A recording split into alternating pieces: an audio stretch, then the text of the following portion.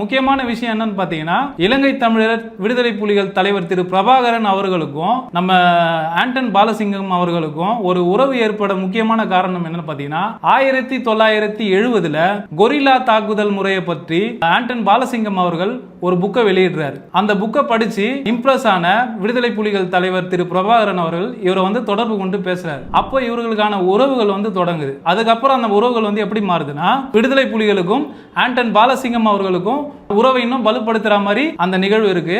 அது எந்த மாதிரினா, இலங்கை தமிழர்கள் பிரச்சனையில முக்கிய பேச்சுவார்த்தைகள ஆலோசகராகவும் அங்க முன்னிருந்து பேசுறவராகவும் திரு ஆண்டன் பாலசிங்கம் நிறைய இடத்துல இருந்திருக்கிறாரு. முக்கியமா பாத்தீங்கன்னா, ராஜீவ்காந்தி அவர்களுடன் டெல்லியில் நடந்த பேச்சுவார்த்தையில் ஆண்டன் பாலசிங்கம் அவர்களும் பிரபாகரன் அவர்களும் விடுதலை புலிகள் சார்பாக முக்கிய பேச்சுவார்த்தைகளை நடத்துறாங்க. அது மட்டும் இல்லாம இலங்கையில நடந்த முக்கிய அனைத்து விடுதலை புலிகள் பேச்சுவார்த்தையிலையும் கடைசியா ஜெனீவா 1 பேச்சுவார்த்தை வரைக்கும் அவங்க முக்கிய பங்காற்றி இருக்கிறாரு.